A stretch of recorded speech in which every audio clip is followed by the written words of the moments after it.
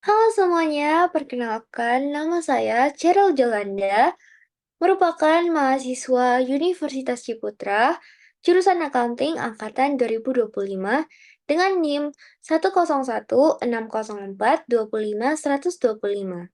Nah, di video kali ini saya akan membahas topik yang menjadi fondasi atau dasar utama dari seluruh proses pencatatan keuangan, yaitu konsep dasar akuntansi.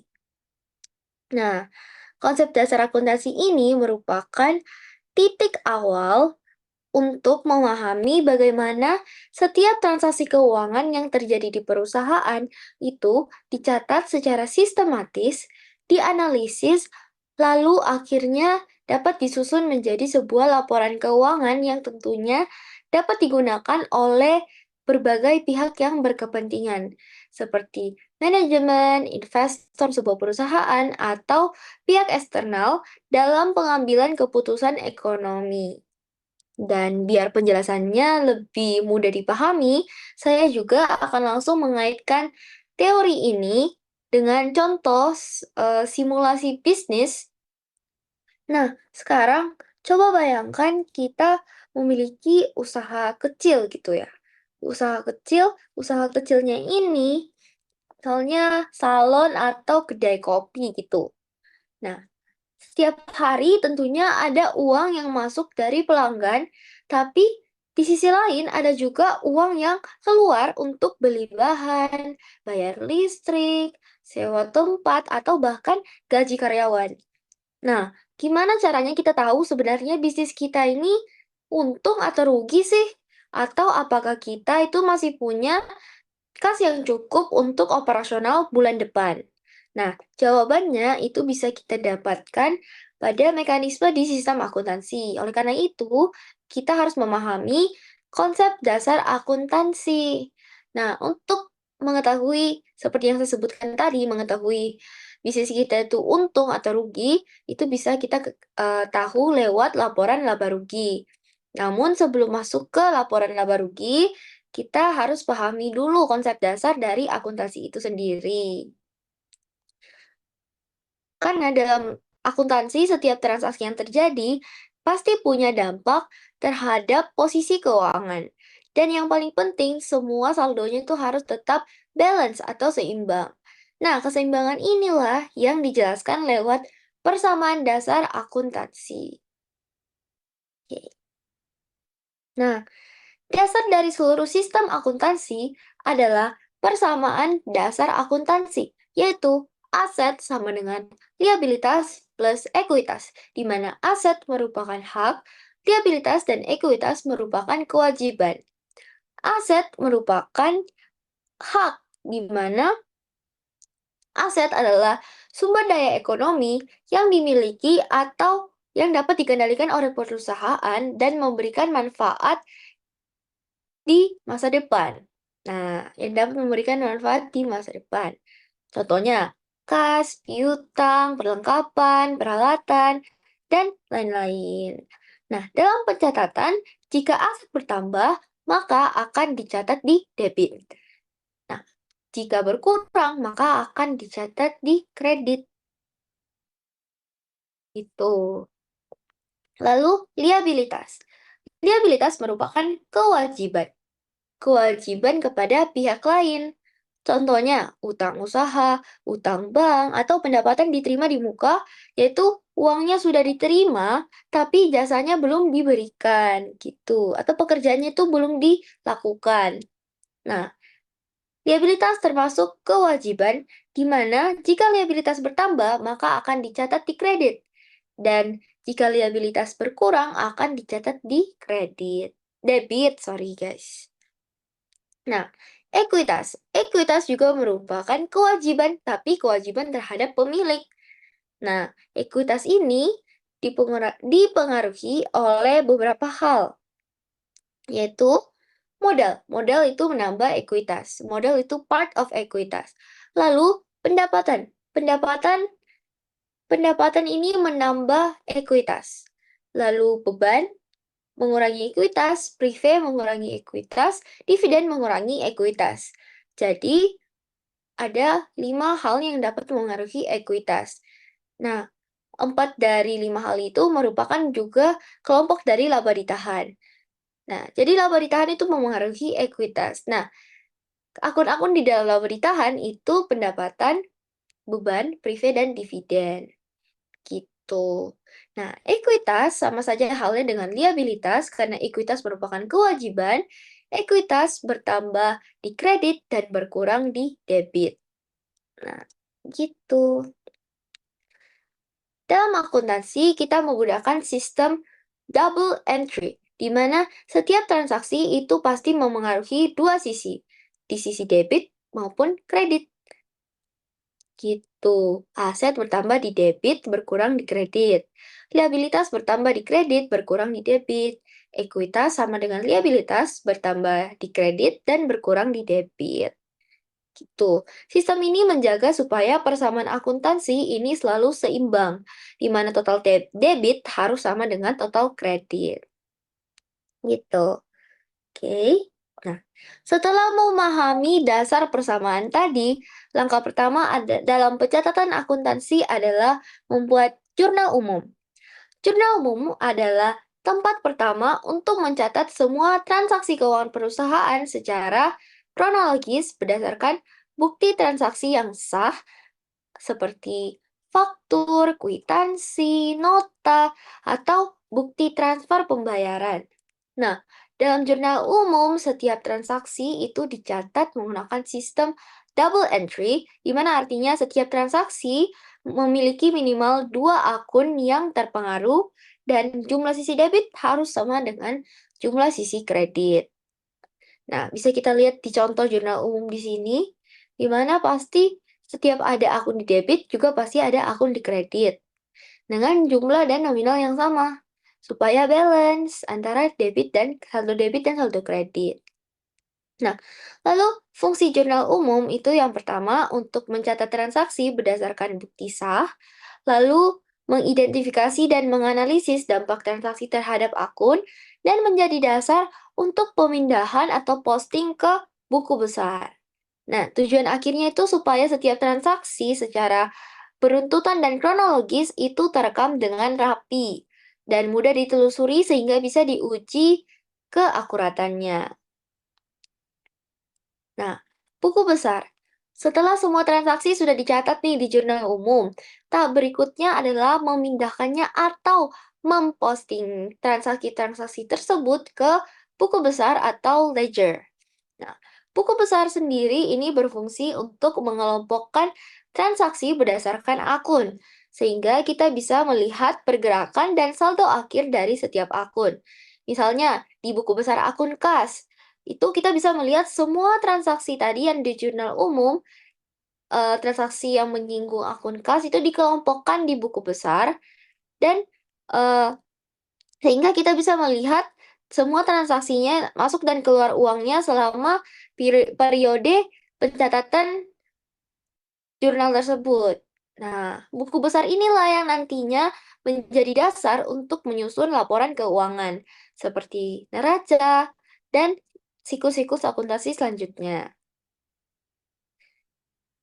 Lalu neraca saldo. Setelah buku besar selesai, langkah berikutnya adalah menyusun neraca saldo atau trial balance. Neraca saldo berisi daftar semua akun di buku besar beserta saldo debit dan saldo kreditnya pada akhir periode. Nah, tujuannya untuk memastikan bahwa total sisi debit dan total sisi kredit itu seimbang. Kalau hasilnya tidak seimbang, berarti ada kesalahan saat mencatat atau memposting transaksi, baik di jurnal umum maupun buku besar. Nah, semua tahapan ini disebut sebagai siklus akuntansi. Urutannya di sini adalah bukti transaksi, jurnal umum, buku besar, neraca saldo, lalu lanjut lagi ke kertas kerja, dan seterusnya. Namun di video ini saya akan menjelaskan dari bukti transaksi hingga neraca saldo dulu. Nah, jadi, setiap tahap ini itu saling berhubungan dan berfungsi untuk memastikan data keuangan perusahaan itu akurat dan dapat dipercaya. Dan biar lebih nyata lagi, sekarang kita akan langsung lihat Gimana sih siklus-siklus ini? Mulai dari bukti transaksi yang akan dimasukkan ke jurnal umum, lalu diposting ke buku besar, dan akhirnya dilanjutkan ke neraca saldo. Kita akan menerapkan ini dalam praktik lewat simulasi bisnis CV Salon Gemas di Microsoft Excel. Oke, jadi barusan kita udah bahas nih konsep dasar akuntansi, mulai dari persamaan akuntansi sampai bagaimana setiap transaksi bisa mempengaruhi aset, liabilitas, dan ekuitas. Nah, sekarang kita akan lanjut ke bagian prakteknya, yaitu gimana konsep-konsep yang tadi itu langsung diterapkan ke pencatatan transaksinya nih di Excel. Nah, tujuannya itu biar kita bisa lihat secara nyata gimana setiap transaksi akhirnya dicatat, diklasifikasikan, dan akhirnya bisa membentuk suatu laporan keuangan. Namun hari ini stepnya sampai neraca saldo ya. Lalu di sini saya akan memakai contoh bisnis yaitu CV Salon Gemas yang mempunyai beberapa transaksi selama bulan September 2025. Nah, jadi langkah pertama sebelum kita membuat jurnal umum, yang pertama yang perlu kita lakukan adalah menyusun COA atau Chart of Account. Nah, COA itu daftar akun yang digunakan untuk mencatat transaksi-transaksi perusahaan.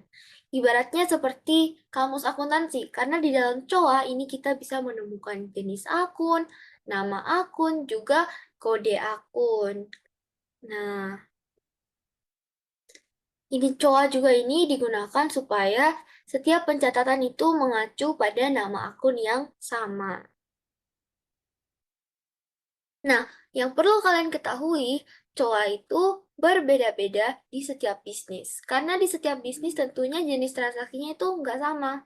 Nah, contohnya nih, di bisnis salon ada akun seperti perlengkapan salon, pendapatan jasa salon, sedangkan kalau bisnis toko kue gitu, akunnya mungkin persediaan tepung atau beban utilitas untuk ovennya. Jadi berbeda gitu guys. Coanya itu disesuaikan dengan aktivitas bisnis masing-masing perusahaan. Nah, untuk CV Salon Gemas ini, akun-akunnya tentunya yang related to, yang berkaitan dengan kegiatan salon. Nah, sini ini akun-akunnya. Nah, di sini aku udah bikin keterangan dan coanya, cuma kita perlu menggabungkannya. Nah, kita bisa gabungkan kode akun ini gini. Tapi ini kalau diketik satu-satu kan lama ya guys, karena ini kan akunnya ada lumayan banyak. Jadi, untuk mempersingkat waktu, kita bisa menggunakan rumus concatenate atau concatenate. Jadi, rumusnya adalah dengan mengetikkan sama dengan terus concatenate. Lalu buka kurung, klik sel COA. Lalu di sini karena deviceku itu menggunakan tanda penghubung titik koma, jadi aku menggunakan titik koma. Namun di device lain juga ada yang menggunakan koma. Jadi disesuaikan aja ya sama device kalian. Lalu karena aku nggak mau terlalu dempet nanti penggabungannya dari koa dengan keterangannya, jadi aku menggunakan tanda petik, spasi, tanda petik. Ini supaya ada jaraknya guys, antara coa dengan keterangan. Lalu titik koma lagi, lalu klik keterangannya yang di sini, tutup kurung, enter. Jadi deh. Nah, lalu untuk rumusnya ini nggak perlu dikopas satu-satu ke sel-sel ini, nggak perlu. Kita bisa klik aja nih tanda tambah di ujung ini. Nah, kita klik 2 kali. Udah langsung ada, guys. Nah, supaya lebih rapi aja, kita bisa menambahkan border nih, guys. Kita blok, terus kita bisa Alt, H, B, lalu A. Jadi deh. Lalu sekarang, karena cowoknya sudah selesai, kita membuat jurnal umum. Yang pertama, kita buat dulu nih sheets-nya, guys. Sheets. Dari name sheets-nya, jurnal umum. Oke, sini udah jurnal umum. Lalu kita bikin dulu judulnya, guys. untuk menandakan sheets ini tuh sheets apa. Saya sheets jurnal umum, artinya judulnya jurnal umum. Sini kita merge dulu pakai shortcut Alt, H, M, lalu C. Tulis deh judulnya.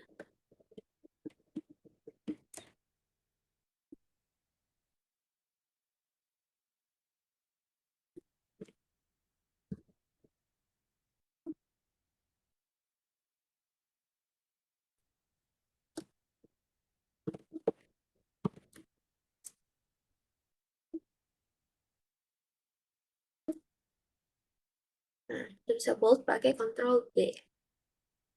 Lalu di sini kita buat tabel untuk jurnal umumnya. Tabel pertama adalah tanggal, lalu akun debit, akun kredit, debit, kredit, keterangan, akun.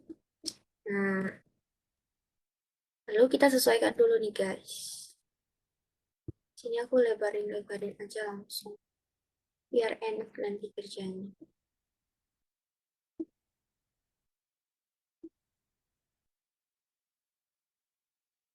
Oke. Lalu, sama halnya dengan yang tadi, supaya rapi, kita bisa menambahkan border. Blok dulu semuanya nih, bebas sampai mana aja.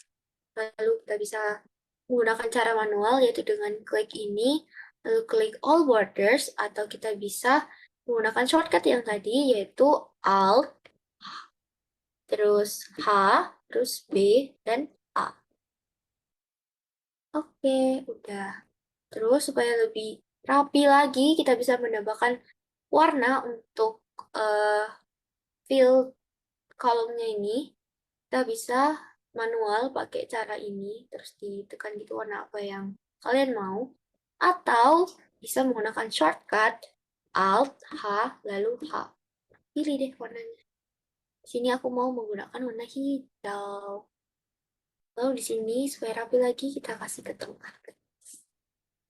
Oke. Nah, sebelum kita mulai, kita membuat data validation dulu. Kenapa kita harus membuat data validation sih? Itu supaya kita bisa memilih akunnya langsung dari daftar COA yang sudah kita buat tadi nih, tanpa harus ketik manual satu-satu. Ini juga untuk membantu adanya misalnya salah ketik gitu supaya kita bisa mencegah hal-hal salah ketik, dan data validation ini juga untuk memastikan setiap transaksi itu memakai akun yang konsisten. Nah, lalu cara membuat data validation adalah dengan memblok ini semua kolomnya. Lalu kita bisa menggunakan cara manual dengan klik data, lalu data validation, terus bisa gini, atau bisa pakai shortcut, yaitu dengan Alt, terus A, lalu V. Sama aja guys. Terus yang di bagian allow ini, kita klik list. Lalu source-nya, kita klik doa, lalu ini kita pilih akun-akun ini. Nah, oke. Ya deh, udah ada tanda panahnya guys. Jadi kita bisa lihat list-list akun supaya akunnya konsisten ya guys. Gitu. Itu deh guys. Lalu untuk di sini ada kolom akun. Kolom akun ini untuk apa sih? Nah, kolom ini berfungsi sebagai penanda akun yang digunakan di setiap transaksi. Dan kolom ini akan sangat berguna saat membuat pivot table untuk buku besar, karena Excel tuh akan mengelompokkan transaksi berdasarkan kolom ini.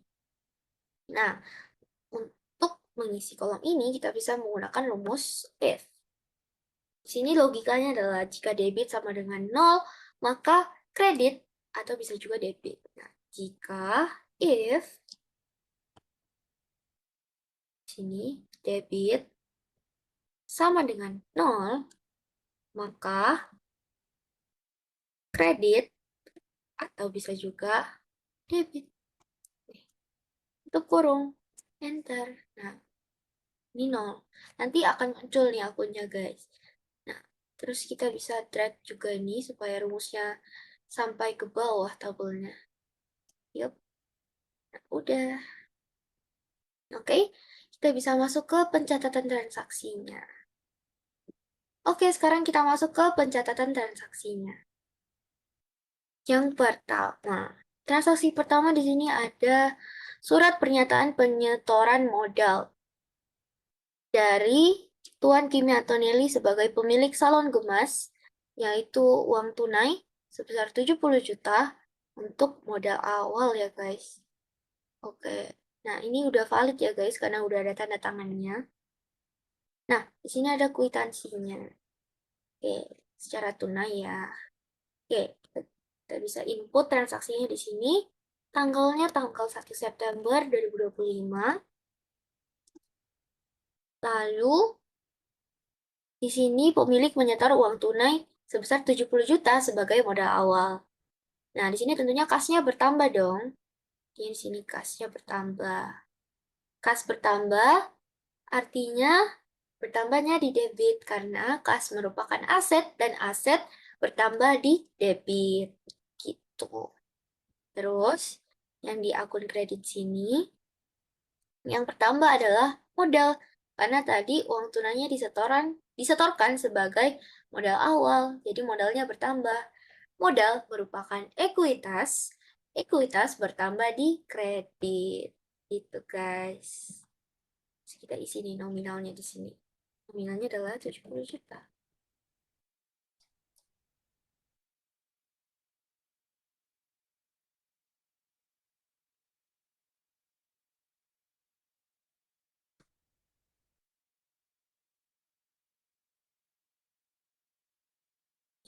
Terus keterangannya di sini, keluaran modal awal secara tunai. Terus di sini keterangannya itu modal awal, modal awal dari Tuan Kimi. Bisa tunai juga boleh. Oke, lalu ini tanggalnya tuh harus ada di setiap kolomnya guys. Kenapa? Nah, itu nanti akan saya jelaskan guys. Nanti aku kasih space satu deh yang nggak ada ininya. Terus aku jelasin kenapa di setiap baris ini harus diisi. Tuh. Lalu kita lanjut ke transaksi selanjutnya. Wow, ada surat jalan dari PT First Step Jaya untuk CV Salon Gemas pada tanggal 3 September nih. Oh, oke. Nah, tapi sebelum kita mencatat transaksi di jurnal ini, kita perlu pahami dulu alur dokumen transaksinya di guys. Jadi dalam praktiknya itu urutannya itu ada surat jalan, terus invoice, terus bukti pembayarannya. Bisa kwitansi atau bukti transfer. Tergantung ya guys. Nah, yang pertama itu nih, surat jalan. Surat jalan ini dibuat oleh penjual atau di sini PT First Step Jaya. Lalu, di sini dibuat oleh penjual saat barang itu mau dikirim ke pembeli. Di sini CV Salon Gemas kan mau beli nih ya dari PT First Step Jaya. Nah, isinya itu berupa nama barang, jumlah dan tanggal pengiriman, dan tentunya adanya tanda tangan dari penerima dan pengirim, supaya ada bukti bahwa ini sah. Tapi di sini tidak mencantumkan harga. Kenapa di surat jalan tidak perlu dicantumkan harga? Karena surat jalan itu biasanya diterima oleh bagian gudang, bukan bagian keuangan ya guys. Jadi tujuannya supaya dokumen ini nggak disalahgunakan oleh pihak yang tidak berkepentingan. Misalnya untuk mengetahui atau menyebarkan harga barang yang sebenarnya bersifat rahasia. Gitu. Setelah barang diterima, ini kan udah diterima nih guys, karena udah ada tanda tangannya.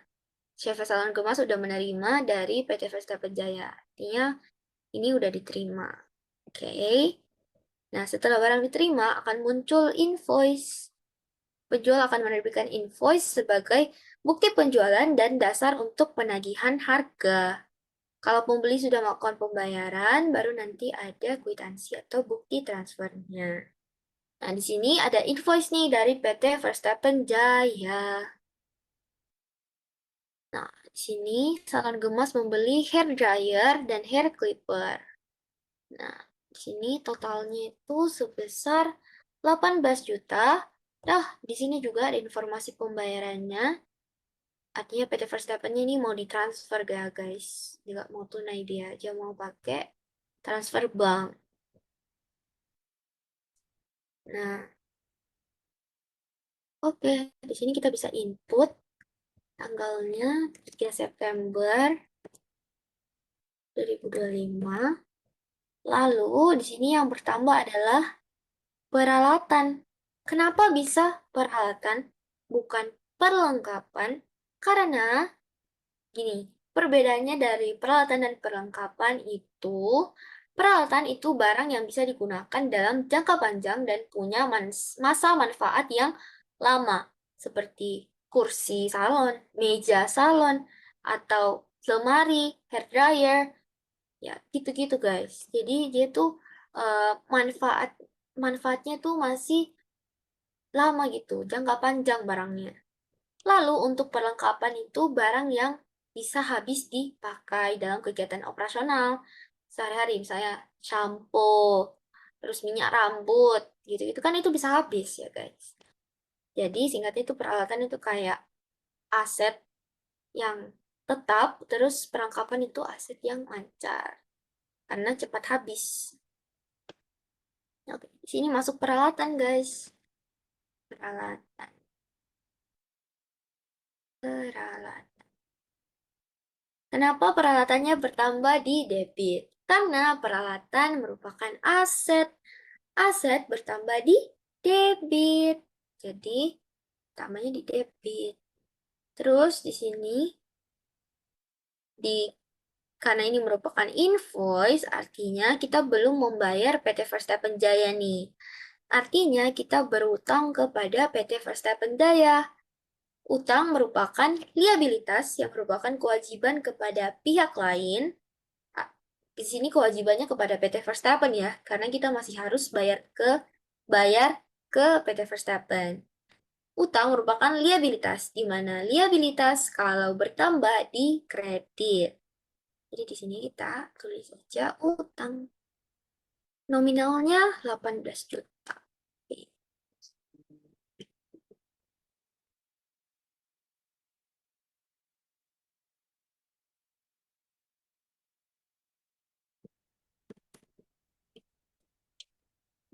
masuk nih ke kolom keterangan. Keterangannya untuk di debit itu pembelian peralatan salon dari PT Verstappen Jaya. Terus untuk yang keterangan kreditnya itu karena belum dibayar itu utang kepada PT Verstappen Jaya atas pembelian peralatan.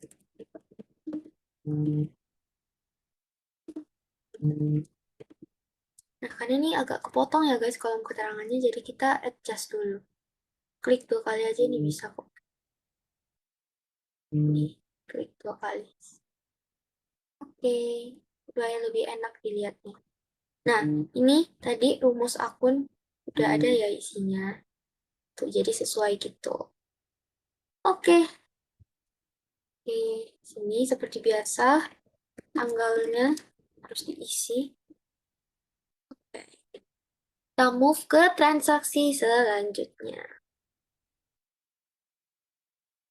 Oke, di sini ada bukti transfer dari Salon Gemas untuk PT Verstappen Jaya. Oh, yang tadi ini guys.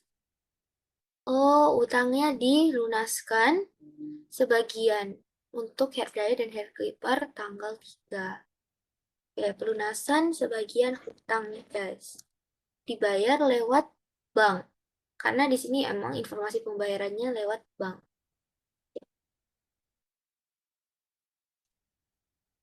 tulis di sini tanggalnya dulu, 4125. Lalu, karena pembayaran sebagian utang kepada PT Verstappen Jaya sebesar 9 juta melalui transfer bank, di sini utangnya berkurang artinya. Walaupun yang dilunaskan cuma sebagian, tapi tetap saja utangnya artinya berkurang. Utang merupakan liabilitas yang merupakan kewajiban di mana liabilitas berkurang di debit. Nah, di sini artinya utang usaha. Lalu yang dikreditnya itu karena dilunaskan menggunakan bank, artinya yang berkurang itu aset di bank. Bank itu merupakan aset ya guys. Saldo, saldo kayak saldo kas tapi di bank itu. Jadi aset ini berkurang di kredit. Makanya banknya ditaruh di kredit. Lalu nominalnya sebesar 9 juta.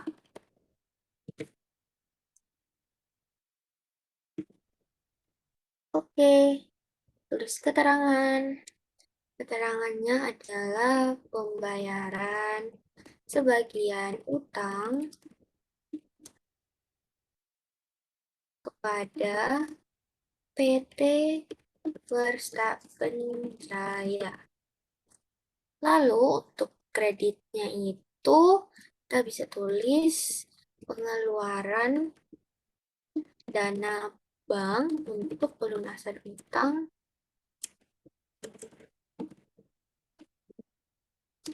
kepada PT Verstappen.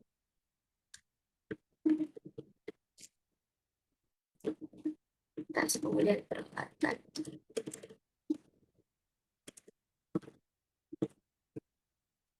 Oke, lanjut deh ke transaksi selanjutnya. Oke, transaksi selanjutnya ada nota pembelian dari PT Leclerc Abadi. Ini kita membeli nih dari PT Leclerc Abadi. Kita beli shampoo, hairspray, hair oil. Salon gemasnya ini lagi beli perlengkapan. Kenapa perlengkapan? Karena sesuai yang saya sudah jelaskan tadi, peralatan itu barang aset yang masa manfaatnya itu masa pakainya itu lama, jangka panjang. Sedangkan kalau perlengkapan itu barang yang cepat habis dipakai. Nah, gitu. Jadi di sini shampoo, hairspray, hair oil kan cepat habis dipakai kan. Jadi di sini di kita input dulu tanggal transaksinya 5 September 2025. Lalu di sini karena kita sudah membeli perlengkapan dari PT Electric Abadi, tentunya perlengkapan kita bertambah dong.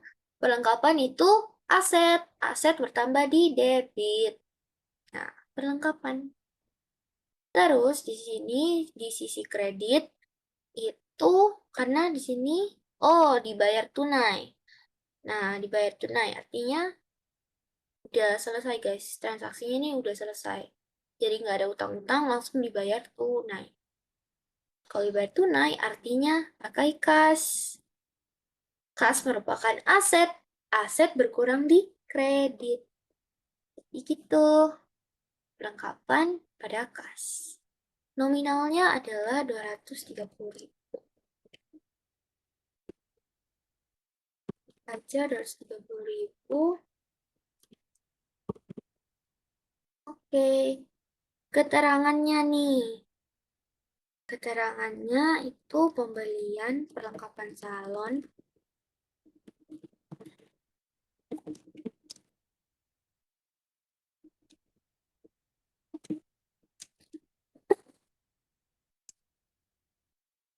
Lalu untuk keterangan kreditnya itu pengeluaran kas. Kas. Bukan dana bank lagi ya, soalnya ini dibayar secara tunai. Artinya kasnya yang langsung berkurang.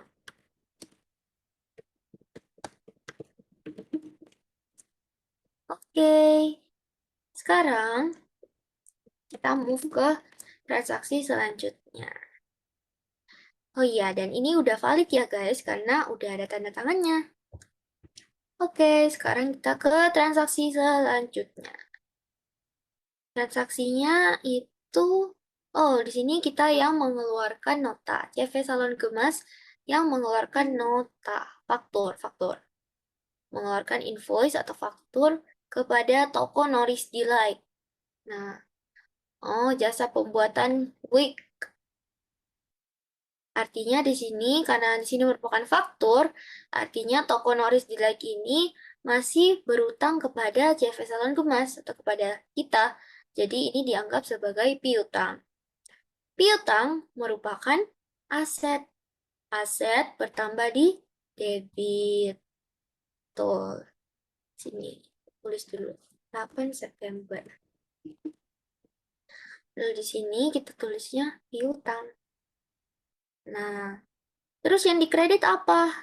Yang dikredit karena ini kita belum menerima pembayarannya sama sekali, tapi jika pembayarannya udah masuk, itu kita akan akui sebagai pendapatan, maka di sini kreditnya kita tulis pendapatan. Pendapatan merupakan bagian dari yang bisa mengaruhi ekuitas, maka dari itu ekuitas kalau bertambah itu dikredit. Nah, ya tambahnya di debit. Gitu. Ini kita tulis nominalnya. Nominal untuk jasa pembuatan wig ini, wow, 9.600.000.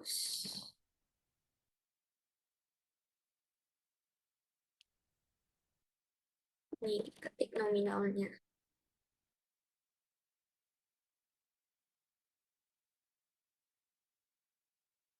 Jadi karena akan menerima uang, makanya piutang usahanya itu di bagian debit.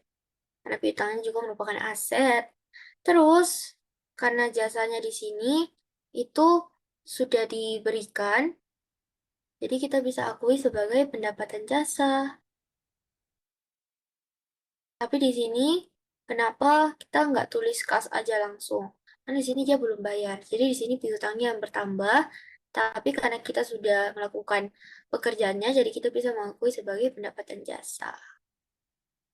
Di sini keterangannya adalah penjualan jasa pembuatan wig secara kredit oleh toko Noris Delight.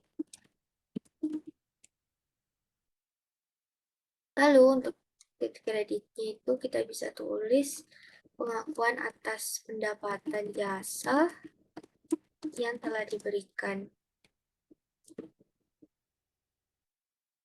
pembuatan wig.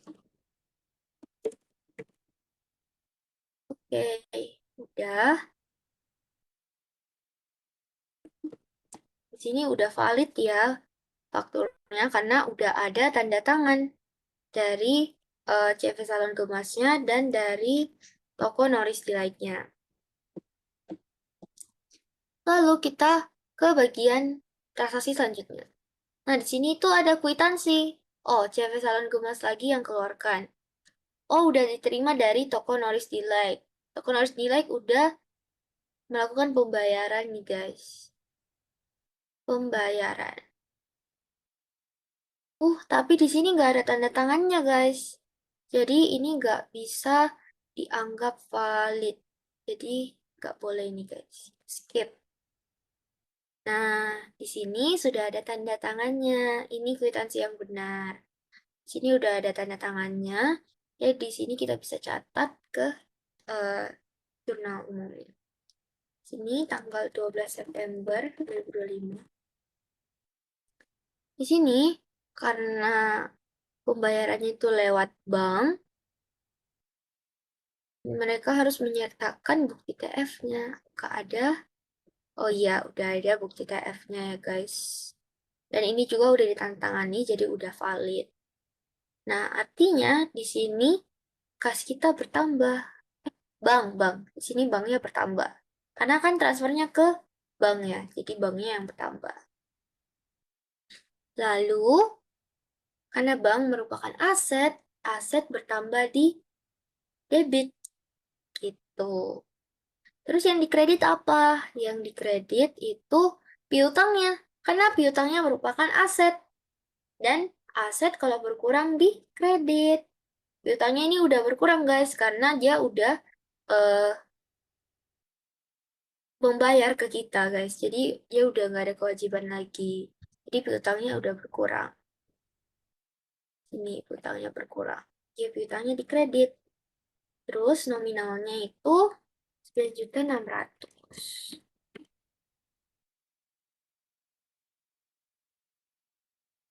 Langsung melunaskan ya guys. Keterangan. Keterangan. Keterangannya itu penerimaan kas dari pelunasan piutang toko noris Delight. Terus untuk yang dikredit itu pengurangan piutang pelanggan yang sudah melunasi. Nah, udah. Jadi di sini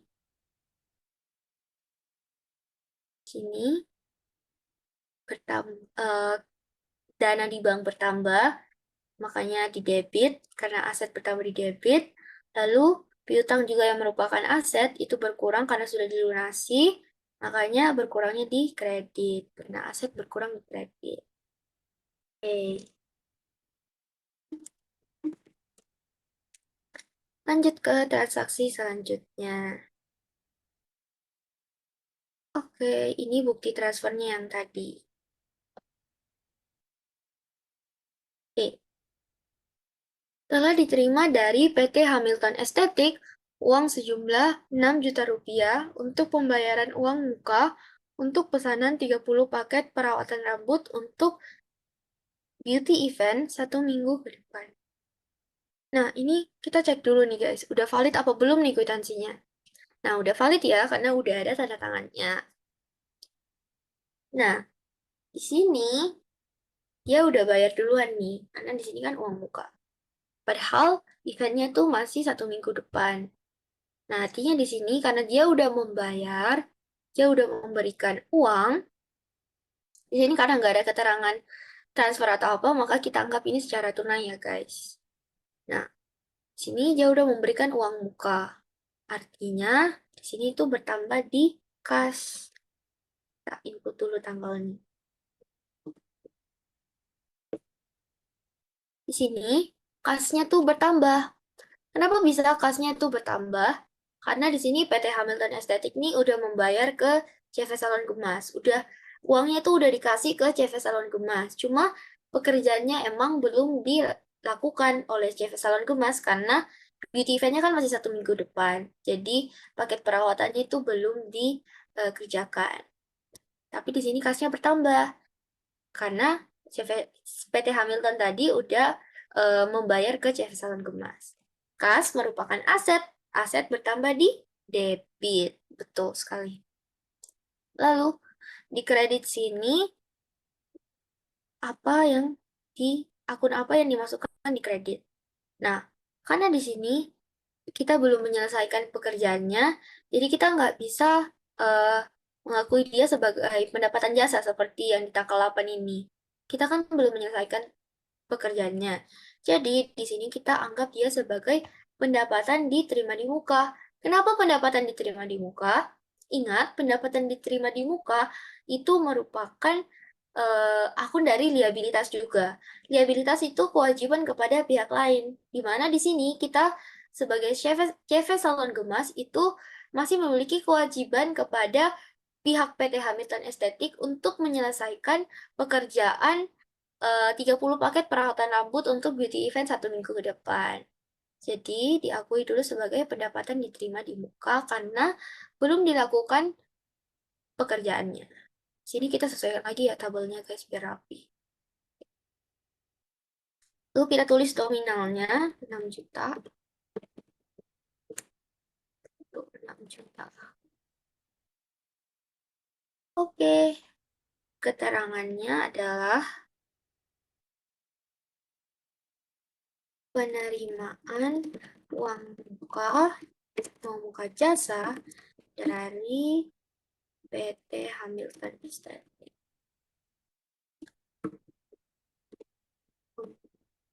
paket perawatan minggu depan. Paket perawatan bikin event 1 minggu ke depan. Lalu di sini pencatatan, keterangannya itu pencatatan uang muka jasa yang belum dikerjakan. Atau diberikan juga bisa sih. Oke, seperti biasa tanggalnya harus diisi di 2 kolom ini. Lalu kita lanjut ke transaksi selanjutnya. Transaksi selanjutnya, oh di sini udah ada berita acara serah terima pekerjaan dari PT Hamilton Estetik dan CV Gemas. Pihak kedua telah menyelesaikan dan menyerahkan jasa. Nah, artinya di sini kita udah bisa mengakui nih, mengakui pendapatannya nih yang tadi, karena kita udah menyelesaikan nih perawatan rambut di beauty eventnya. Kita bisa ketik sini transaksinya 1 September 2025. Terus di sini di akun debit tuh apa yang diisi, guys?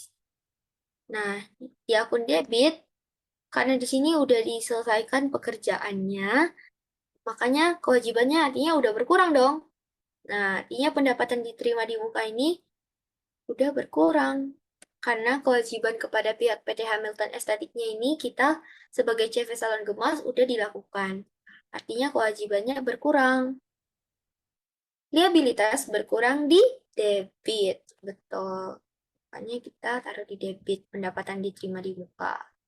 Lalu, terus kalau di sini pendapatan diterima di muka, di kredit apa dong? Nah, di kredit kita bisa mengakui dia sebagai pendapatan jasa karena pekerjaannya udah dilakukan. Itu pendapatan. Nih, pendapatan jasa. Kita bisa mengakui nominalnya sama.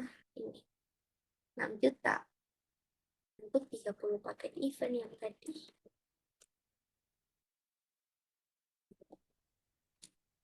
Nah, keterangannya adalah pengakuan jasa yang telah diselesaikan. Nih, melakukan jasa perawatan rambut PT Hamilton Estetik.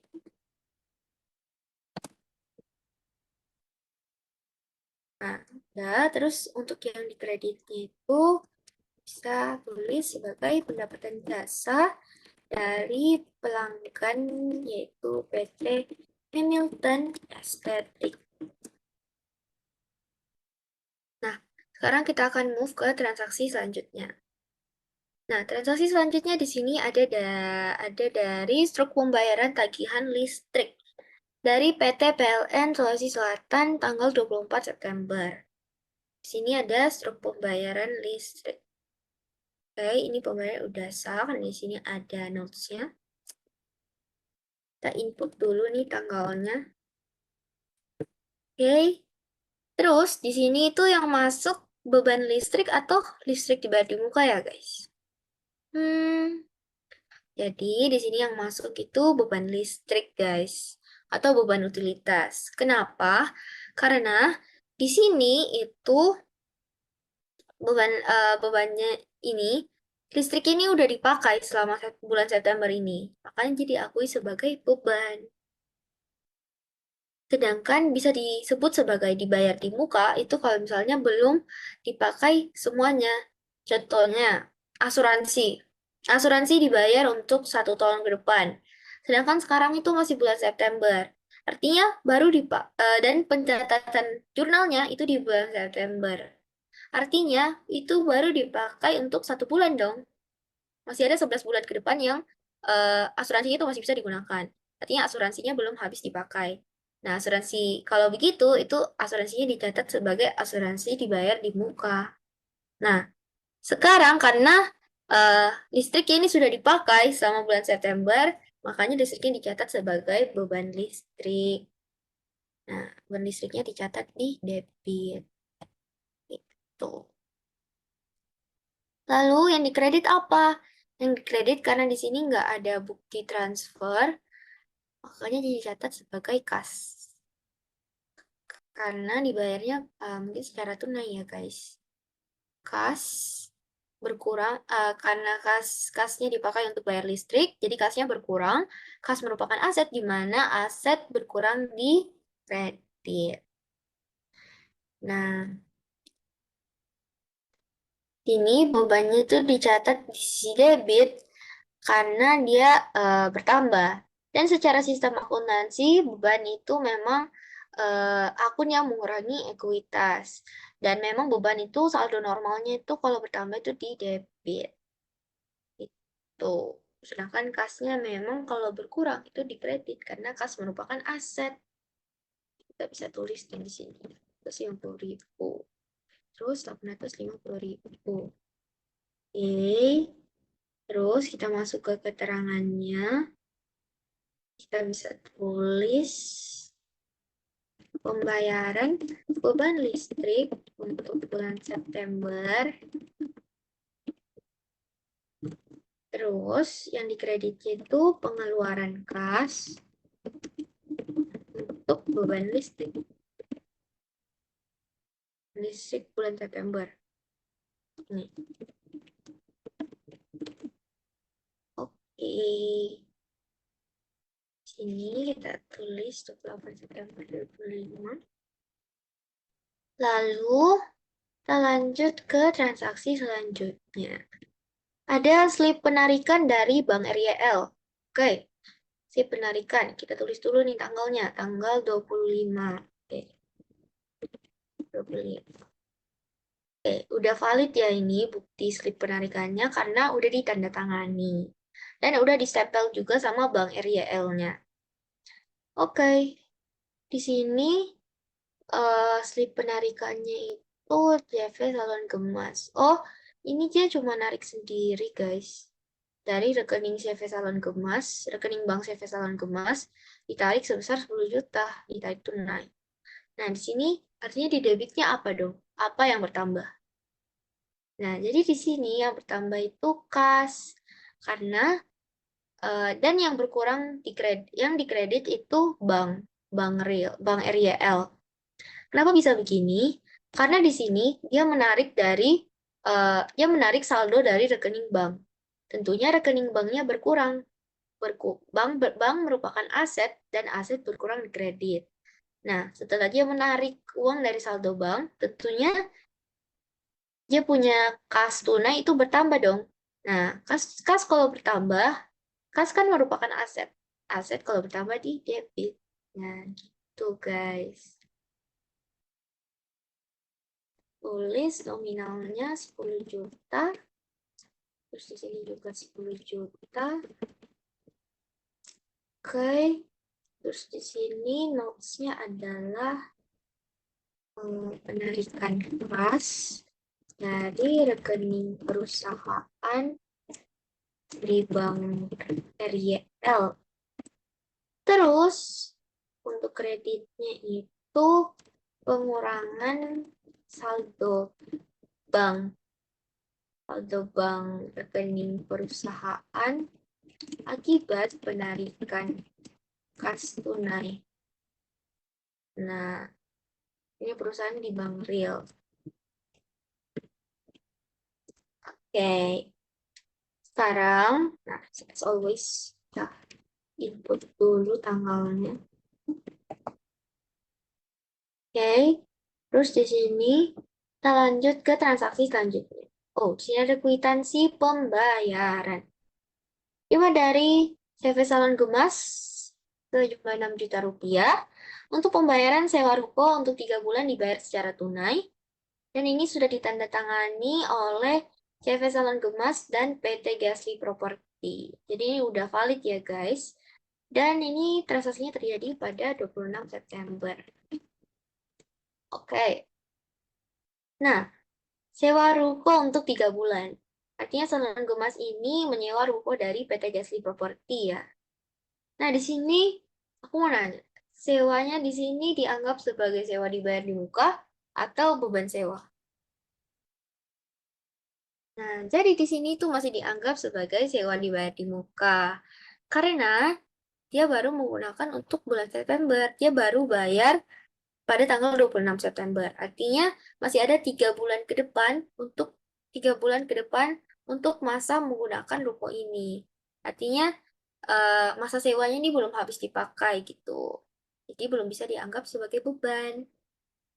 Jadi dianggap sebagai sewa dibayar di muka. Oke, sewa dibayar di muka merupakan aset. Aset bertambah di debit. Oke, di sini sewa dibayar di muka. Lalu apa yang berkurang? Apa yang berkurang? Yaitu kas.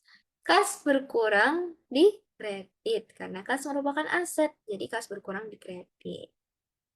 Gitu. Terus di sini nominalnya itu 6 juta. 6 juta. Oke, untuk keterangannya itu kita bisa tulis pembayaran sewa ruko kepada PT Gasly Property untuk 3 bulan ke depan. Sedangkan untuk di kreditnya kita bisa tulis pengeluaran kas untuk pembayaran sewa ruko kepada PT Gasly Property.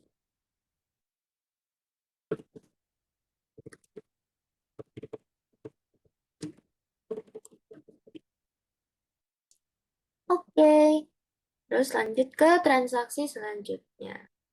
Oh, di sini ada bukti setoran nih guys. Tanggal 30 September 2025. Sini CV Salon Gemas menyetorkan uang tunai sebesar 3 juta ke rekening CV Salon Gemas juga. Nah, dan ini juga udah ditandatangani ya oleh penyetor CV Salon Gemas dan sudah ditempel sama tellernya pakai stempel Bank RYL, jadi ini udah valid. Nah, CV Salon Gemas ini menyetorkan uang tunai sebesar 3 juta ke rekening CV Salon Gemas juga. Nah, artinya di sini apa yang bertambah? Di sini yang bertambah itu apa yuk? Nah, di sini yang bertambah itu saldo di banknya. Kenapa sih bisa saldo di banknya yang bertambah? Karena di sini dia menyetorkan uang tunainya ke bank. Jadi di sini kebalikan dari kasus yang tadi nih. Kalau yang tadi ditarik, sekarang disetor. Makanya di sini saldo banknya bertambah. Saldo bank merupakan aset, di mana aset kalau bertambah di debit. Sini saldo banknya bertambah karena ada penyetoran tunai dari CV Salon Gemas. Lalu di sini yang dikreditnya apa? Yang dikreditnya itu kas, karena kasnya berkurang. Kas tunainya berkurang karena disetorkan ke banknya. Jadi dana banknya bertambah, kas tunainya berkurang. Gitu. Terus kita tulis deh nominalnya. 3 juta. 3 juta. Oke. Terus keterangannya adalah penyetoran kas ke rekening bank, ke rekening perusahaan di bank RJL, terus pengurangan kas tunai akibat penyetoran ke rekening perusahaan di bank real.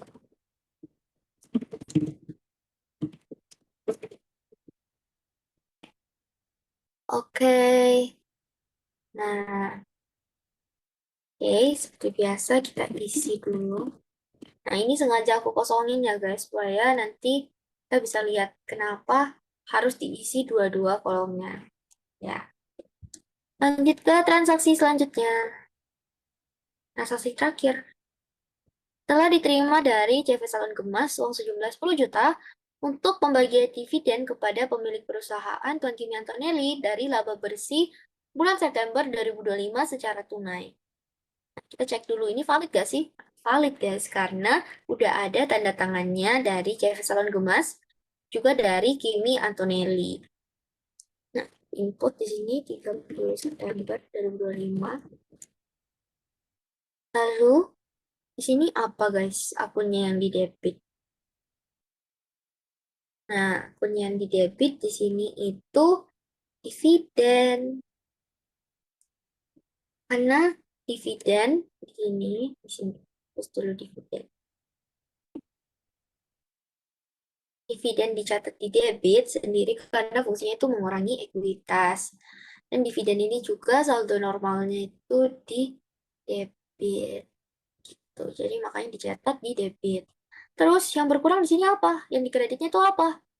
Nah, karena di sini dibilang secara tunai, artinya kasnya berkurang. Kas berkurang di kredit. Karena kas merupakan aset, aset berkurang di kredit. Gitu, guys.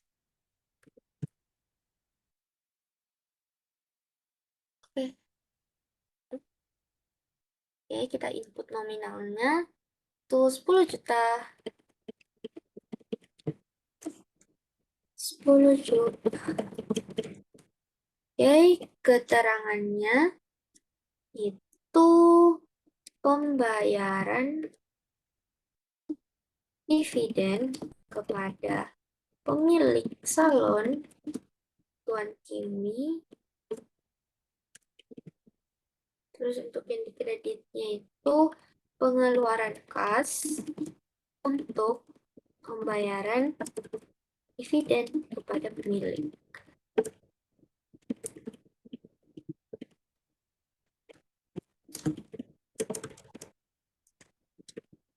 Oke, karena transaksinya udah selesai, kita udah bisa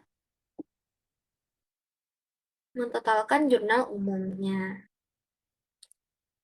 Nah, di sini kita bisa menggunakan rumus yang tadi nih. Kita merge dulu. Alt H M D. Nah, udah termerge kan? Kita bisa tulis di sini total. Ini. So, berkelihatan. Lalu di sini untuk menjumlahkan semua saldo-saldo ini kita bisa menggunakan rumus sum. Sum. Terus buka kurung. Kita bisa tarik ini, terus tarik ini sampai ke bawah. Gitu. Lalu sama halnya dengan ini juga sum. Kita blok ini, terus sampai ke bawah. Oke, udah sama ya guys. Sekarang, karena ini transaksinya dari tadi dalam bentuk rupiah, jadi kita bisa taruh ini rupiah. Oke deh. Ini cara untuk menaruh simbol rupiahnya itu di sini kita bisa klik ini. Ini.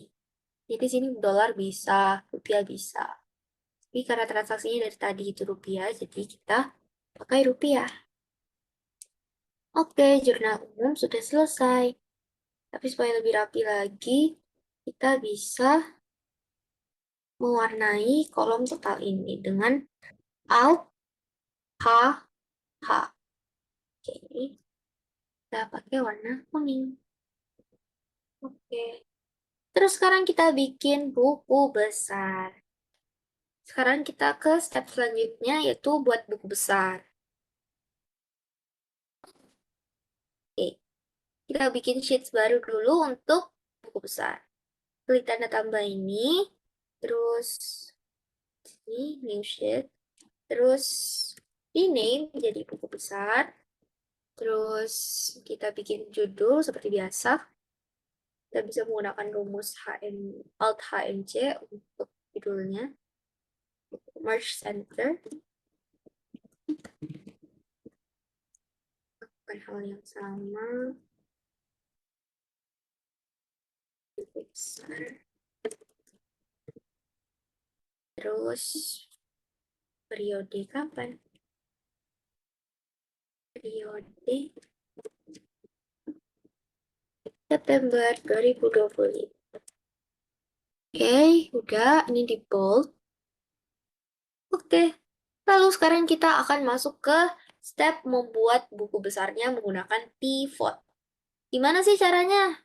Nah, caranya adalah tekan insert dulu, lalu tekan pivot, pivot table ini, tekan pivot, lalu yang table ratio ini kita ke sheets jurnal umum, terus kita blok dari ini.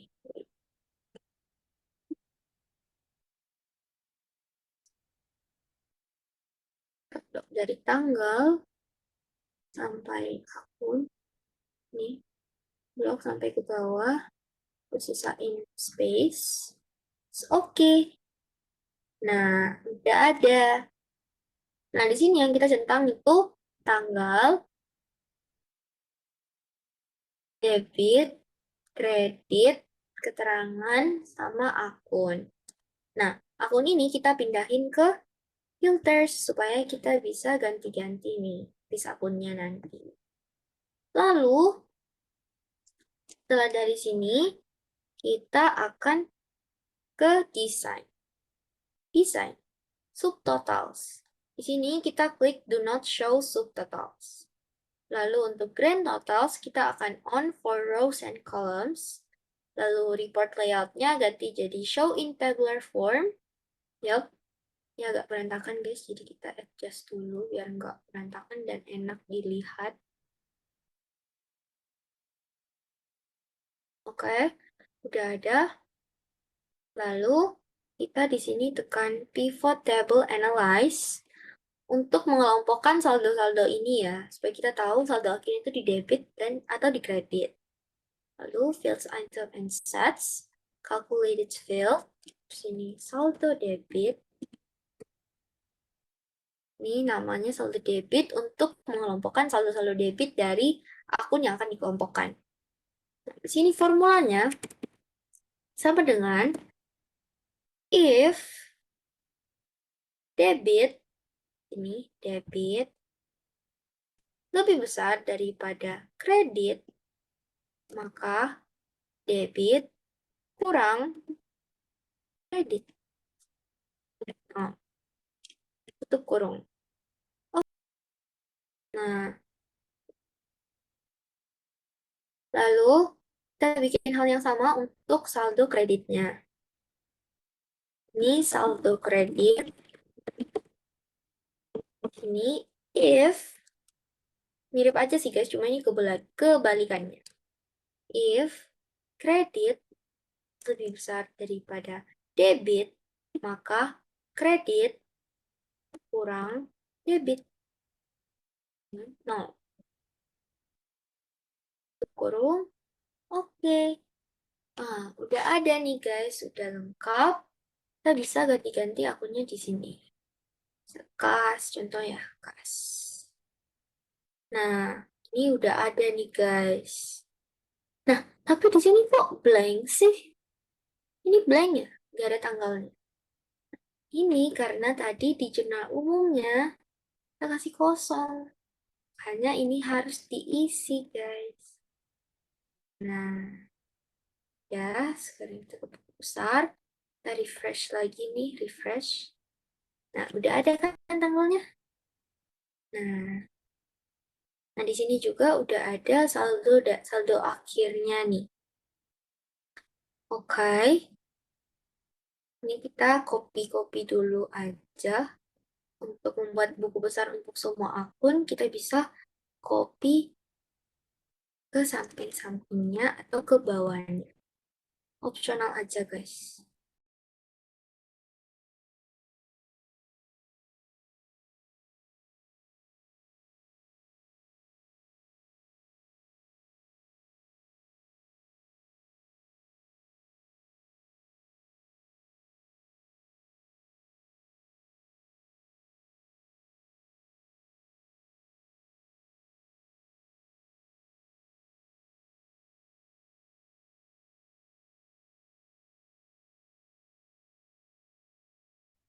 Ini kan udah di kopas-kopas terus.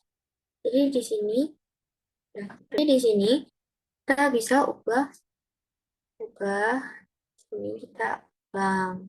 buku besar untuk bank. Nah, buku besar untuk bank udah jadi. Terus piutang usaha. Hmm, terus di sini perlengkapan. Oke. Terus di sini peralatan. Terus di sini ada sewa dibayar di muka. Oke. Terus utang usaha. Oke. Terus ada pendapatan diterima di muka. Terus modal, dividen.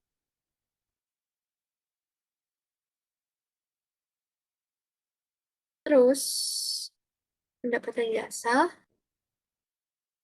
beban listrik. Oke, udah deh buku besarnya. Nah, karena buku besar udah selesai, ini kita bisa rapikan dulu. Di sini. Yap, oke. Buku besar udah selesai. Ini saldo-saldonya nih kita bisa kasih rupiah juga, supaya rapi.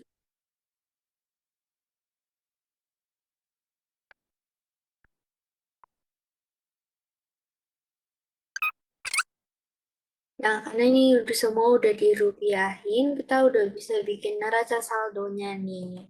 Untuk membuat neraca saldo, kita bisa copy aja sheets buku besar ini. Kita klik kanan di sheets buku besar, lalu move or copy, lalu move to end, create a copy, lalu oke. Nah, di sini kita rename dulu neraca saldo. Oke, karena udah di rename, di sini kita ganti juga judulnya jadi neraca saldo. Oke. Terus, karena kita cuma pakai satu tabel, kita clear dulu tabel yang lain. Karena kita udah ya. Dan neraca saldo cuma butuh satu tabel. Oke.